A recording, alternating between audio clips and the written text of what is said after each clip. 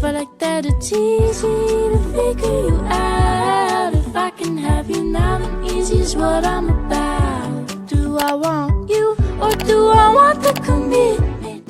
Do I like that you're near me, or am I indifferent? Assalamualaikum warahmatullahi wabarakatuh. Berjumpa dengan saya Rizka Apriliana dari Prodi Pendidikan Bahasa dan Sastra Indonesia.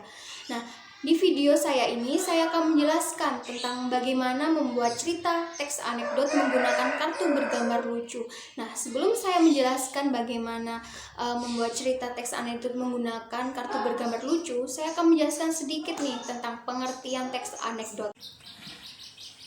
Nah, yang pertama, apa sih anekdot itu? Nah, anekdot itu cerita singkat yang mengandung unsur lucu di dalamnya. Teks anekdot mempunyai maksud tertentu, yaitu untuk mengkritik jenis teks yang menceritakan cerita yang bersifat lucu, menarik, atau menghibur dan menyangkut orang-orang nyata. Namun syarat akan sindiran halus. Nah, jadi tidak hanya lucu, tetapi juga sering membeberkan kebenaran yang lebih dalam.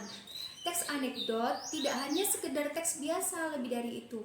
Ada banyak fungsi dan kegunaan teks anekdot. Selain berfungsi untuk menghibur pembaca, teks anekdot juga bisa menjadi sarana mengkritik suatu fenomena, sekaligus mencari solusi di samping mendapatkan hiburan berupa cerita lucu, ide-ide baru yang akan muncul dari pembaca. Nah, teks anekdot juga sering kali ditemukan pada tulisan-tulisan seperti media cetak, seperti koran dan majalah, dan juga media online. Selanjutnya ada langkah-langkah dari teks anekdot. Nah, teks anekdot ini memiliki 6 langkah-langkah. Nah, kalian nanti bisa melihat di penjelasan selanjutnya. Teks anekdot ini mempunyai 6 langkah nih. Yang pertama, menentukan topik sebagai masalah yang akan disorot. Nah, jadi untuk menentukan tema-tema yang akan dibahas, dikritik, disindir, bahkan digugat. Jadi kalian pilih dulu nih, ada sosial, politik, ekonomi, agama, dan lain-lain. Silakan kalian pilih terlebih dahulu. Yang langkah kedua, menentukan tokoh. Nah, di sini kalian pilih nih siapa yang sasaran yang akan kalian kritik. Nanti bisa tokoh publik, artis, bahkan masyarakat itu sendiri. Setelah itu kalian tentukan juga nih, apakah tokoh tersebut akan tetap menjadi tokoh faktual atau berubah menjadi tokoh imajinatif. Contohnya, kalian memilih tokoh faktualnya, yaitu DPR. Maka jika kalian mengakses analogikan tokoh tersebut, bisa jadi tokohnya itu berubah menjadi tikus berdasi.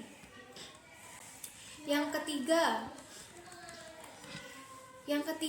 menentukan peristiwa yang menjadi latar belakang. Nah, untuk menentukan latar belakang ini, kita harus menentukan kritik yang akan kita buat. Kita harus melihat perilaku negatif dari tokoh yang sudah kita pilih. Misalnya, kali ini kita sudah memilih tokoh DPR. Sekarang cari perilaku negatif mana yang akan kalian kritisi. Misalnya yang tidur saat rapat, atau yang mematikan mikrofon, atau contoh lain misalnya tokoh masyarakat.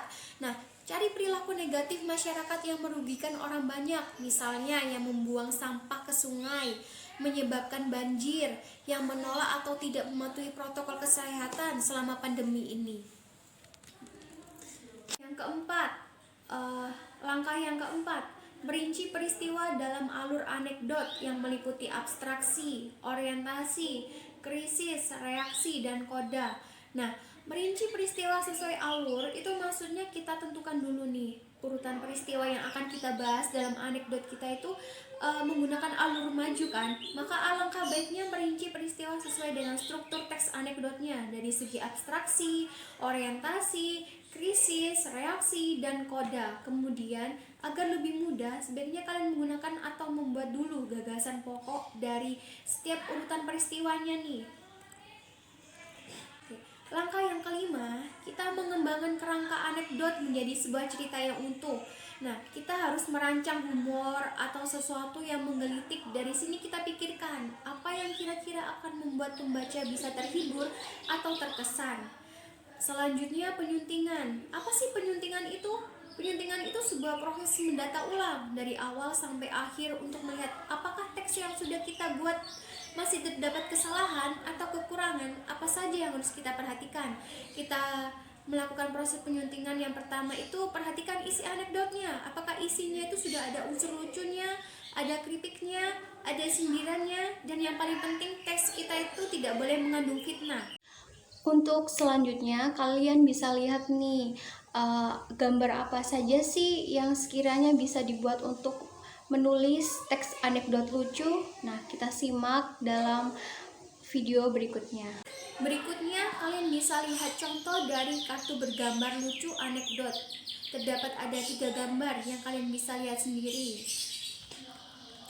Selanjutnya, di sini nanti ada teks dengan menggunakan kartu bergambar lucu. Nah, kalian bisa lihat di slide selanjutnya.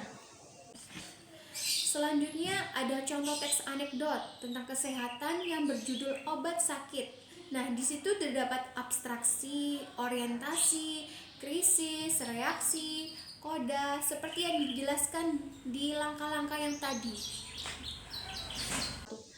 Baik, itu tadi penjelasan dari saya. Saya ucapkan terima kasih. Wassalamualaikum warahmatullahi wabarakatuh.